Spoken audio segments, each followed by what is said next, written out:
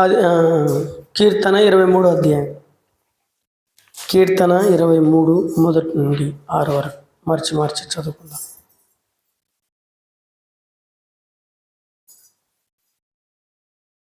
కీర్తన 23 అధ్యాయము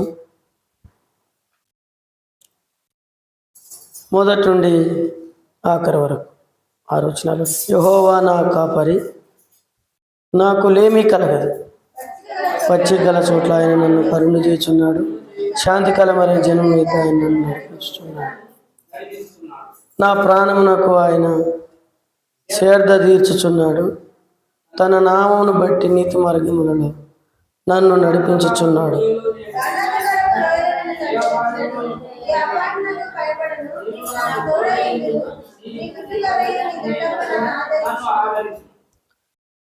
నా శత్రువుల ఎదుట నీవు నాకు భోజనం సిద్ధపరిచెదవు. నూనెతో నా తలనంటి ఉన్నావు. నా గిన్నె నిండి పొర్లుచున్నది. నేను బ్రతుకు దినములన్నీ కృపాక్షేమములైన ఉండవచ్చాను. చిరకాలం యెహోవా మందిరములో నేను నివాసము చేసేదను. కీర్తన 36 అధ్యాయము 8వ వచనం. కీర్తన గ్రంథం 36 అధ్యాయం 36:8.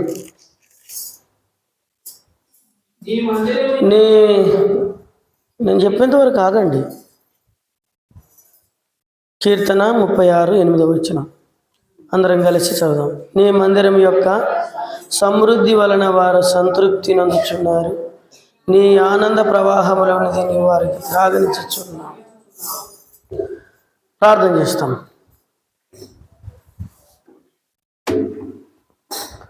ప్రేమ నమ్మకం కలిగిన పరలోకపు తండ్రి, ప్రాణప్రియుడా యేసు ప్రభువా, దయగలిగిన సత్యవంతుడా, జీవాధిపతి యేసు ప్రభువా, మానవ రూపిగా ఈ లోకంలోనికి వచ్చి మరణం పొంది తిరిగి లేచారు. నీ శ్రేష్టమైన నామానికి వందనములు స్తోత్రములు చెల్లిస్తున్నాను. నిలబడి నీ దాసుని ఆత్మపూర్ణిగా చేసి నీ ప్రజల కొరకై విరిచి పంచిపెట్టుమని వేడుకుంటున్నాం. సమయాన్ని ఆశీర్వాదకరంగా చేయండి. పిల్లలు మీ స్వాధీనంలో ఉంచుకున్నామని యేసుప్రభు నామంలో ప్రార్థించి స్తుతించి వినయంతో వేడుకుంటున్నాం తండ్రి. ఆమేన్.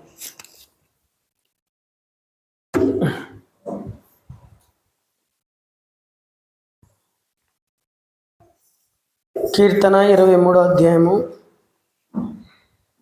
మొదటి నుండి 6 వచనాల వరకు మనం చదువుకున్నాం. ఈ భాగాలలో యెహోవా నాకు కాపరి, ఈ వాక్యం తెలియని వాళ్ళు ఎవరు లేరు. భూమి మీద ప్రతి మనిషినికి తెలుసు. చిన్నపిల్లలు కూడా కంఠస్థ వాక్యం చెప్పమంటే ఏం చెప్తారు? యెహోవా నా కాపరి. మన జీవితంలో దేవుడు ఆయనతో సంబంధం కలిగినటువంటి జీవితాన్ని గురించి మాట్లాడుతుంది. దేవునితో మనకు సంబంధం కలిగి ఉండాలి.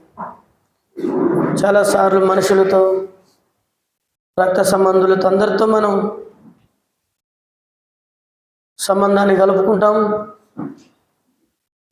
అయితే ఇక్కడ దేవుడు చెప్పే మాట ఏంటంటే యెహోవా నాకు కాపరి. దేవునితో మనం సంబంధం కలిగి ఉండాలని పోయిన వారం మనం చూసాం. రెండవది చూసినప్పుడు అదే మొదటి లైన్లోనే యెహోవా నా కాపరి. అదంటే దేవుని స్వరమనేటువంటి ధన్యతను, భాగ్యాన్ని ఇచ్చినాడు. మానవులకు ఎవరికి లోకంలో అనేకులకు లేదు భాగ్యం. అన్యులైన వారు, దేవుని ఎరగిన వారికి ఆ భాగ్యం లేదు. దేవుని స్వరం వినే భాగ్యము లేదు. కేవలం మనుషులు మాత్రమే ఆరాధిస్తారు, కానీ దేవుడు వారితో మాట్లాడాడు, దేవుని స్వరాన్ని విన్నారు. అయితే ఇక్కడ చూసినప్పుడు ఆయన స్వరాన్ని వినేటువంటి భాగ్యం, యెహోవా నా కాపరి. తర్వాత నాకు లేమి లేదు. తర్వాత నాకు లేమి అంటే యేసు ప్రభు నమ్ముకునే బిడ్డలకి భూలోకంలో ఏది కొరత ఉండదు. అందుకని సింహ పిల్లలు ఆకలి కొని లేమి కలవై ఆకలి కొని నేను యెహోవాను ఆశ్రయించు వారికి ఏ మేలు కొదవ అనేటువంటిది ఉండదు. ఆయన ఆశ్రయిస్తే సర్వ సమృద్ధి మనకు.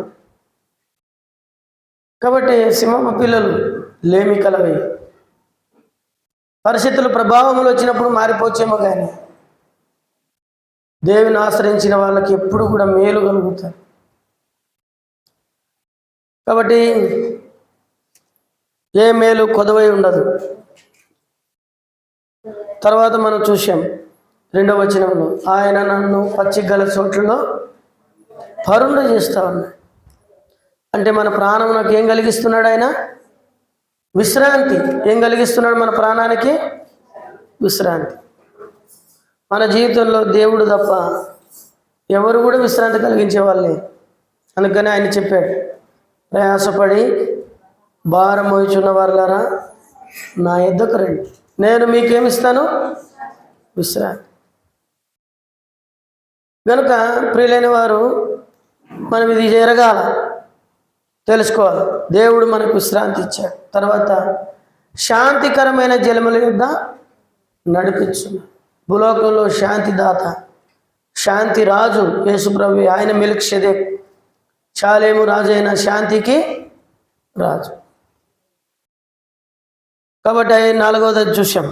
5వది, ఆయన నా ప్రాణమునకు సేర్ద తీర్చున్నాడు. 3వ వచనంలో మొదటి భాగంలో కదా, ఆయన నా ప్రాణమునకు సేర్ద తీర్చు. లోకంలో మనకు ఏం లేదంటే ఎక్కడికి వెళ్ళినా మనం సేద తీర్చుకోలేము. కానీ దేవుని యొక్క హస్తాలే, దేవుని యొక్క మాటలే మన జీవితాలను సేద తీరుస్తాయి. అంటే కష్టంలో బాధలో ఉన్నప్పుడు మన ప్రాణమును సేద తీర్చేది దేవుడు ఒకడే. ఈ 5 సంగతులు మనం పోయిన వారం నుంచి. అయితే ఇక్కడ చూసినప్పుడు కింద 3వ వచనం కింద భాగం చదవండి. తన నామమును బట్టి నీతి మార్గములలో నన్ను నడిపించుచున్నాడు. ఎక్కడ నడిపిస్తున్నాడంట? తన నామమును బట్టి. తన నామమును బట్టి ఏం చేస్తాడంట? మనల్ని నీతి మార్గంలో నడిపిస్తాడు. ఈ దేవుడు ఎలాంటి దేవుడు అని అంటే, తన నామమును బట్టి మనల్ని నడిపిస్తాడు. మనం ఒకప్పుడు లోకంలో ఉన్నప్పుడు, పాపంలో ఉన్నప్పుడు, మరణంలో ఉన్నప్పుడు, చీకట్లో ఉన్నప్పుడు దేవుడు మనల్ని నడిపించాడు. ఈనాడు కూడా ప్రభువైన యేసుక్రీస్తు చెప్తున్న మాట ఏంటంటే, నేను నిన్ను నడిపిస్తాను. కనుక నీతి మార్గములలో నడిపించే నాయకుడు ఎవరై అంటే దేవుడే. నిన్ను నన్ను నడిపించేటువంటి వాడు, నిన్ను నన్ను పోషించేటువంటి వాడు, నీకు నాకు సహాయము చేసేటువంటి వాడు. ఉదాహరణకి ఎట్లా నడిపిస్తాడు చూడండి. ద్వితీయోపదేశకాండం 1వ అధ్యాయం 31వ వచనం. ద్వితీయోపదేశకాండం 1వ అధ్యాయము 31వ వచనం. ద్వితీయోపదేశకాండం 1వ అధ్యాయము 31 వచనం. 1:31. 1వ అధ్యాయము 31వ వచనం. అరణ్యములోను ఐగుప్తిలోను అరణ్యములోను మీ కొరకు చేసినట్లు మీ పక్షముగా యుద్ధం చేయను. మీరు ఈ చోటుకు చేరే వరకు మీరు వచ్చిన మార్గమంతటిలో మనుషుడు తన కుమారుని ఎత్తుకున్నట్లు మీ దేవుడని యెహోవా మిమ్మల్ని ఎత్తుకొనుచూ వచ్చిన సంగతిని మీరు ఎరుగుదని మీతో చెప్పు. కాబట్టి ఈ చోటుకు చేరే వరకు ఎట్లా నడిపించాడట? చెప్పండి, ఎట్లా నడిపించినాడు? మనుషుడు తన కుమారుణ్ణి ఎత్తుకొని నడిపించినట్లు నడిపించాడు. ఈ చోటుకు చేరే వరకు, ప్రభువును ఎరిగేంత వరకు, ఆయన సన్నిధికి చేరేంత వరకు ఎట్లా నడిపించినాడు ఆయన మనల్ని? ఏ విధంగా నడిపించినాడు ఆయన మనల్ని అనంటే చెప్తున్నాడు. ఒక కుమారుని తండ్రి ఎట్లంట? కుమారుని తండ్రి ఎత్తుకొని నడిచినట్టు. చాలాసార్లు పిల్లలు ఏం చేస్తారంటే, మనం ఎక్కడికైనా బయలుదేరి వెళ్ళేటప్పుడు పిల్లలు మన ఎమ్మడబడతారు. ఎమ్మడబడిన తర్వాత ఏం చేస్తారు? చెప్పండి. ఎమ్మడబడిన తర్వాత ఏం చేస్తారు? మళ్ళీ నడవలేక అడ్డం పడతారు. అంగడికాడికి పోయిన తర్వాత నేను నడసాను అంటాడు అన్ని కొనిచ్చిన తర్వాత. ఏమిరా నడుస్తానని వస్తువు కదరా, నువ్వు నడుచురా అంటే కూడా నడచడం. అప్పుడు నడుస్తానన్నాను కానీ ఇప్పుడు లేదు, ఎమ్మడబడతాడు, కాళ్ళలో అడ్డపడతాడు, అప్పుడు ఎత్తుకొని నడిపిస్తాడు. కాబట్టి ఈ చోట వరకు ఒక మనుషుడు తన కుమారుణ్ణి ఎత్తుకున్నట్లుగా దేవుడు నిన్ను నన్ను ఎత్తుకోకపోతే, దేవుడు నిన్ను నన్ను కానీ నడిపించకపోతే ఈనాడు మనం ఉండేటువంటి వారము. అందుకని ఇంకో మాట కొంచెం లోపలికి వెళ్ళి చూద్దాం దీని గురించే. రండి, నిర్గమకాండం ఇదే అధ్యాయంలోనే 33 వరకు చదువుదాం. అక్కడ కూడా ఒక మాట అన్నాడు, 32 వచనం. అయితే మీకు త్రోవ చూపించి మీ గుడారమును వేయవలసిన స్థలమునకు మీరు సిద్ధపడినట్లు ఎట్లా నడిపించినాడంట? రాత్రి అగ్ని స్తంభంలోను పగలు మేఘ స్తంభంలోను మీకు ముందుండి, చూడండి, మీ ముందర నడిచిన మీ దేవుడైన యెహోవా మీరు విశ్వసించలేదు. ఎట్లా నడిపించినాడంటే ఆయన ముందుండి నడిపించాడు కనుక ఆయన తన నామమును బట్టే నడిపించాడు. ఆయన ఎట్లా నడిపించినాడు? తన నామమును బట్టి నిన్ను నన్ను నడిపించాడు. ఇప్పుడు నిర్గమకాండం 19 అధ్యాయం 19:4 అక్కడ రాయబడింది.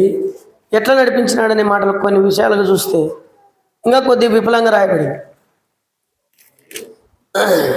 19వ అధ్యాయము 4వ వచనం. నేను ఐగుప్తులకు ఏమి చేసి తినో మిమ్మను గద్ద రెక్కల మీద మోసి నా యొద్దకు మిమ్మల్ని ఎట్లా చేర్చుకుంటునో మీరు చూసినారా? ఎట్లా తెచ్చినాడంట? గద్ద రెక్కల మీద తీసుకొచ్చినాడు. గద్ద పక్షిరాజు, పక్షులన్నిటికీ రాజు. అది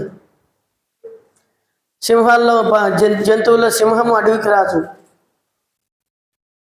ఏనుగు ఎంత బలమైంది అయినా కానీ రాజు కాలే, కానీ సింహం రాజు అయింది.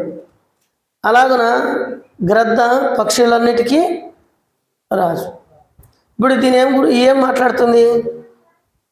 ఎట్లా తెచ్చుకున్నాడంట? రెక్కల మీద ఎక్కించుకొని తీసుకొచ్చినాడంట. వాళ్ళు ఏమనుకున్నారు? మేము నడిచినాము, మేము అవతలకు ఏరినాము అనుకున్నారు. కానీ నడిపించిన నాయకుడు ఒక ఆయన ఉన్నాడు.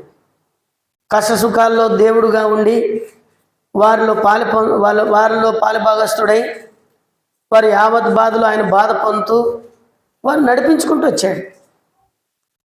గ్రద్ద తన పిల్లల్ని రెక్కలు వచ్చిన తర్వాత తానే స్వయంగా తన పిల్లలని పైకి మోసుకొని వెళ్ళి నేర్పిస్తుంది.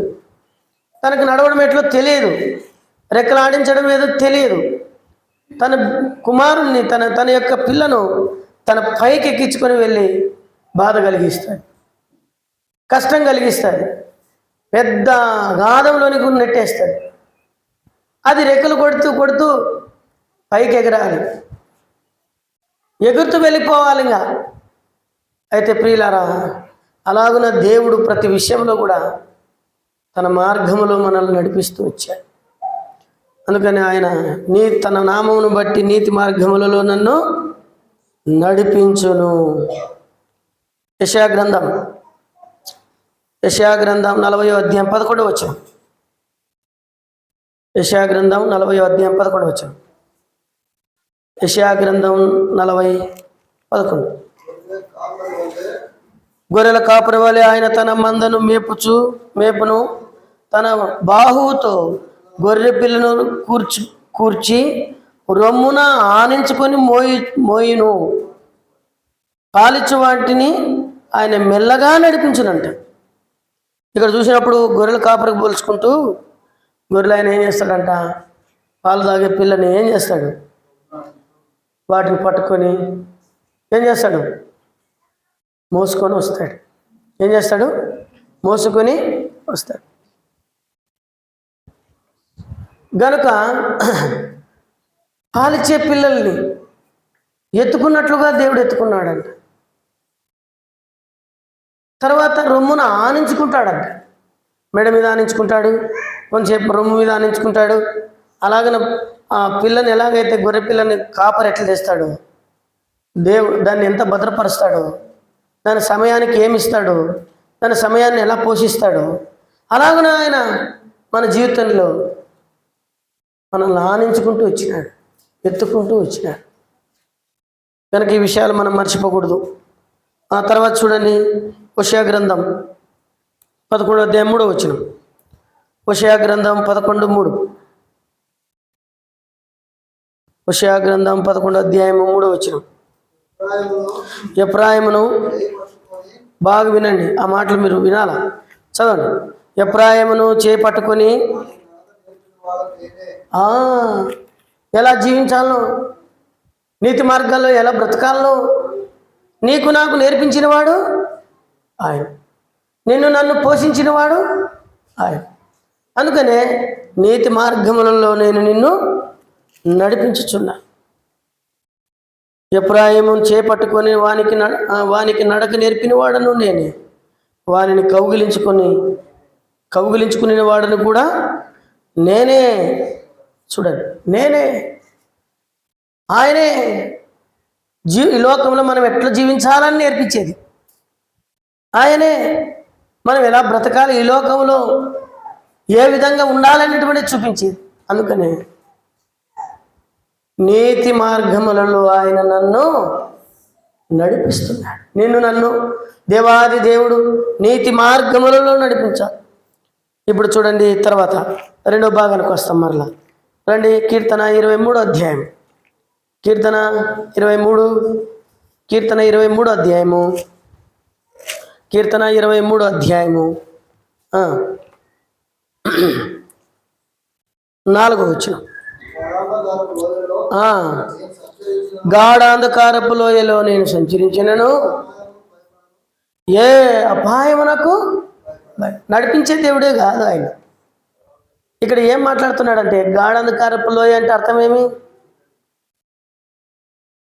కష్ట పరిస్థితులు. మన జీవితంలో కష్ట పరిస్థితులు వస్తాయి. కష్టంలో ఎట్లా నిలబడాలా?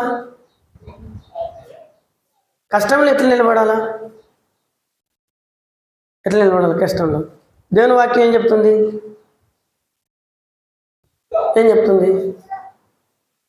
కష్టంలో ఎట్లా నిలబడాలా? ఆయనే మనకు మాదిరి. మనం చాలామంది ఏమనుకుంటామంటే, నాకున్న కష్టాలు ఈ ప్రపంచంలో ఎవరికి లేదనుకుంటాం కదా. కష్టంలో ఎట్లా నిలబడాలా? కష్టంలో ఆయన మాత్రమే మనల్ని ఆదరిస్తాడు. ఉదాహరణకి యేసు ప్రభు చెప్పినాడు కదా, ఏం చెప్పినాడు? యోహాను సువార్త 16:33 ఏం చెప్పినాడు? లోకంలో మీకు శ్రమలు వస్తాయి, అయినను ధైర్యము తెచ్చుకున్నాడు, నేను లోకాన్ని జయించి. నీకేమబ్బా బాగా చెప్తావు, నువ్వు కానీ మా దగ్గర ఉంటే నీకు తెలిసేది, నువ్వేం మచ్చుకు చెప్తుంటావు లోకంలో శ్రమలు వస్తాయని. మాకున్న బాధలు, మాకున్న కష్టాలు చూసినప్పుడు ఈ బాధలు పడే కంటే ఎటో ఒకటి వెళ్ళిపోయేది బాగుంటుంది అనిపిస్తుంది. నువ్వేం బాగా చెప్పినావు, మేము కష్టాల్లో ఉన్నాము కాబట్టి మేము ఎట్లా సంతోషంగా ఉండగలం, మేము ఎట్లా జయించగలం? అందుకనే దుఃఖం వచ్చినప్పుడు ఏడుస్తాము, సంతోషం వచ్చినప్పుడు నవ్వుతాం. మా బాధలు, మా చిన్న బ్రతుకులు ఇట్లనే అనుకుంటాం. మనం కాదు. యేసు ప్రభు వారు మనకంటే చిన్న బ్రతుకు బతికాడు. ఎట్లా బతికినాడు? మనకంటే చిన్న బ్రతుకు. ఎట్లాంటి చిన్న బ్రతుకు ఇది? మామూలుగా నిరుపేద కుటుంబంలోకి వచ్చి వడ్లవాని ఇంట్లో పుట్టాడు, పని చేశాడు. మనలో అక్కడ పని కాదు, ఆయన 30 సంవత్సరాలు కష్టించి పని చేశాడు, ఒళ్ళుంచి పని చేశాడు. మన ఒళ్ళు బతకం, పని చేయమంటే చేయం, అన్నీ రావాలి, మళ్ళీ పని మాత్రం చేయం. టయానికి మాత్రం ఇది తక్కువ ఉండకూడదు, అది తక్కువ ఉండకూడదు, అన్నీ చేస్తాం. అలాగున మనం ఉంటాం. కానీ ఆయన చూస్తే ఎంతో లేమిలో బతుకుతూ వచ్చినాడు. చదవండి, ఆయన గురించి కొన్ని మాటలు చూద్దాం. ఆయన ఎట్లా శ్రమలు ఓర్చినాడు. హెబ్రీ పత్రిక 4వ అధ్యాయం 15-16 చదవండి. నాకు దొరకలేదు ఎవరికి? హెబ్రీలకు రాసిన పత్రిక, అక్కడ భక్తుడు చాలా చక్కగా విపులంగా రాశాడు. మన ప్రధాన యాజకుడు మన బలహీనతలు యందు అనుభవం లేనివాడు కాదు ఆయన కదా. మనం ఏమనుకుంటాం? మన ప్రధాన యాజకుడు మన బలహీనతలు యందు మనతో సహానుభవము లేనివాడు కాడంట. ఆపండి అక్కడికి. కాబట్టి ఇక్కడ ఏమన్నా, ఆయన మనలాగా కష్టాల గుండా వెళ్ళి మనం ఒకటి వెళ్తున్నాం అనుకోవద్దండి. ఆయనకు ముందే తెలుసు ఇవన్నీ అనుభవాలు. ఆయన కూడా కష్టాలు గుండా పోయినాడు. మన కష్టాలు వచ్చినప్పుడు ఏదో ఒక తప్పు చేయడానికి ప్రమాదం ఉంచుంటుంది. ఇట్లా పోతే బాగుంటుందా, ఈ దావలో పోతే బాగుంటుంది, ఆ దావలో పోతే బాగుంటుంది, లేకుంటే ఇది ఇడిచిపెట్టి ఇంకో దావకు పోదామా కదా. కష్టాలు వచ్చినప్పుడు అట్లే కదా ఆలోచించేది. ఏం చేయాలన్నా రాత్రి అంతా పోరు పెట్టుకుంటే పిల్లలు ఇంకా ఏం చేయాలా, ఏదో ఒకటి కఠినం ఇంకా తగ్గింది. నువ్వేమో బాగా చెప్తావు ప్రార్థన చేయమని. కాబట్టి మన పరిస్థితులే కాదు, ప్రభువైన యేసుక్రీస్తు జీవితంలో కూడా ఎంతో శ్రమలు కూడా వెళ్ళాడు. ఆయన పరిస్థితుల్లో కూడా గాఢంధకారం అలమటించింది. ఆయన ఎంతో శ్రమలు పడ్డాడు. అయితే ఇక్కడ రాయబడింది, మనం శ్రమ పడితే ఒకవేళ మనం కూడా తప్పిపోతామేమో, పడిపోతామేమో, కానీ ఆయన జీవితంలో ఆయన చూస్తే ఆయన చూడండి, ఇప్పుడు చదవండి. మన బలహీనత యందు సహానుభవం లేనివాడు కాడు, కానీ సమస్త విషయములలో మన వలె శోధింపబడినను ఆయన పాపం లేనివాడుగా ఉన్నాడు. చూసినారా, ఏ పాపం చేయలేదండి ఆయన. మన వలె శోధించబడ్డాడు, మన వలె శ్రమ పడ్డాడు. వింటున్నారక్క, నాకే శ్రమ ఉంది, నా కుటుంబంలోనే బాధలు ఉన్నాయి, నా కుటుంబంలోనే ఇబ్బందులు ఉన్నాయి మనం అనుకుంటాం. అయితే మన జీవితంలో మనం వినగాల్సింది ఏంటంటే, మనకంటే ముందుగా యేసు ప్రభు వారు మన కొరకు శ్రమ పొందాడు, శ్రమను ఓర్చుకున్నాడు. ఆయన పాపం చేయలే, తప్పిపోలే. ఇంకా ఏం చేసినాడు, ఇంకా కొద్ది విఫలంగా చూద్దాం. మీరు పిల్లల్ని స్వాధీనంలో పెట్టుకోండి, ఎందుకంటే ఆ పిల్లల్ని వేరే వాళ్ళు మీరు సరిగా వాళ్ళు కంట్రోల్ చేయకపోతే దేవుడు కొడతాడంట వాళ్ళని. ఎవరు కొడతారు? అట్లాడి ఇట్లాడి కిందన పడతారంట, లేకుంటే ఎవరి మీద పడతారంట. మనం ఏమో పిల్ల పడే నేడు అనుకుంటామంట. కాదు, నువ్వు కంట్రోల్ చేయలేదు కనుక దేవుడు కొట్టాల్సి వచ్చింది. చాలాసార్లు మన పిల్లల విషయంలో మనం చాలా నిర్లక్ష్యంగా ఉంటాం. వారి విషయంలో మనము అప్పుడే శత్రువు మనల్ని దొంగిలించడానికి, మనల్ని ఇది చేయడానికి చూస్తాడు. ఇప్పుడు చూడండి, 1 పేతురు పత్రిక 2వ అధ్యాయం, యేసు ప్రభు చేసిన పనులు 2వ అధ్యాయం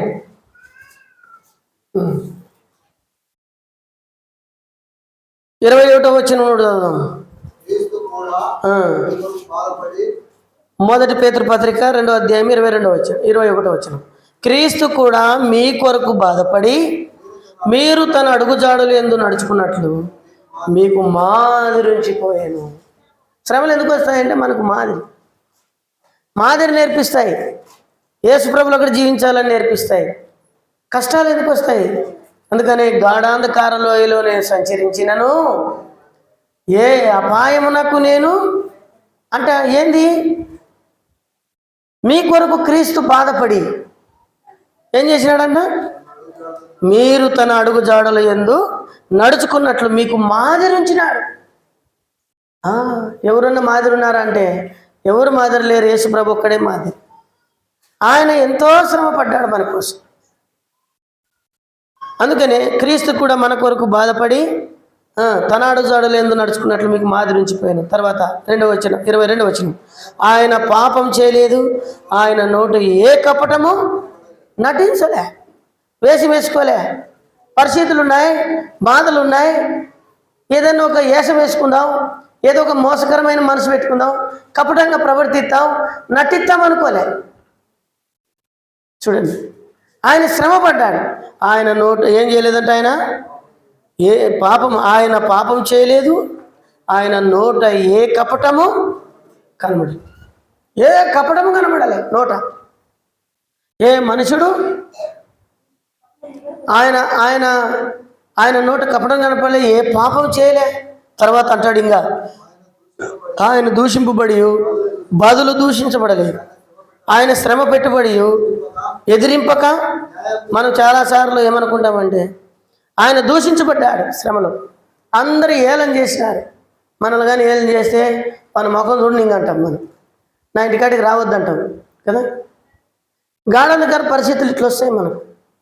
ఇలాంటి పరిస్థితులు మన జీవితంలో వచ్చినప్పుడు, ప్రభు తన జీవితంలోకి వచ్చినప్పుడు కూడా ఆయన ఏం చేసినాడంటే దూషించలేదు. మనమైతే ఏం చేస్తాం చెప్పండి, అందరూ తిడతాం. నేను కొంచెం చూసుకొని మాట్లాడు, మళ్ళా మళ్ళా ఏమనుకునేవు నువ్వు అంటాం కదా. ఇంత వాక్యం వింటాం, మన మాట మారదు, మన చూపు మారదు, మన ప్రవర్తన మారదు, మన బతుకు మారదు. యేసు ప్రభువుని చూడు, ఆయన తిడుతుంటే కూడా ఏం చేసినాడంట, బదులు దూషించలే. మనమైతే ఇంతకుముందు మనిషిగానే ఇంటే నేను నీ కథ చెప్పేది అంటే, ఇంతకంటే ఇంతకు ముందున్న మనిషి ఏంది కొత్తది, ఇప్పుడు కూడా అది మనిషివే, కొత్త మనిషివి ఏమైనా తయారైనావు, ఇంకా మారు మనుషులు ఏం జీవితమే. ఇంతకుముందు మనిషినైతే ఇంతకుముందు మనిషిని కాదు నేను, ఇప్పుడు మారు. యేసు ప్రభు చూడు, దూషించబడి బదులు దూషించలే. నీకు ఎట్లా కనబడుతున్నాను నేను, నా కుటుంబాన్ని మాట్లాడుతున్నావు అంటాం మనం. తర్వాత చూడండి, ఆయన శ్రమ పెట్టబడ్డాడు. శ్రమ పెడతా ఉంటే ఏం చేయలేదంట, బెదిరించలేదు కదా, ఏమనలేదంట, భయపెట్టలేదు. నేను అనుకుంటే మీరు ఒక్క నిమిషంలో వస్తారా అని అనలే. న్యాయముగా తీర్పు తీర్చు అప్పగించు. యోహాను సువార్త 18లో చదువుతాం మనం కదా. అక్కడ ఏం రాయబడిందంటే ఒక అద్భుతమైన మాట రాయబడింది అన్నమాట. మీరు నన్ను వెతికిన యెడల వీరిని పోనీయుడు అన్నాడు. ఆయన మన కొరకు అప్పగించుకున్నాడు. మీరు వీళ్ళని వెతికితే, మీరు నన్ను వెతికితే వీళ్ళు విడిచిపెట్టు, వాళ్ళ కొరకు అప్పగించుకున్నాడు. న్యాయముగా దేవునికి అప్పగించుకున్నాడు. ఏది న్యాయమో ఏది అన్యాయమో దేవుడు చూస్తాడని చెప్పాడు.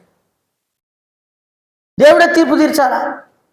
శ్రమలో ఎంత మాదిరి చూడండి, ఈయన మాదిరి మనం నేర్చుకోవాలి. కష్టంలో మనం ఇట్లా మాదిరి ఉంటామా, కష్టం వచ్చినప్పుడు దుఃఖం వచ్చినప్పుడు ఇంకా ప్రభుని స్తుతించాలి.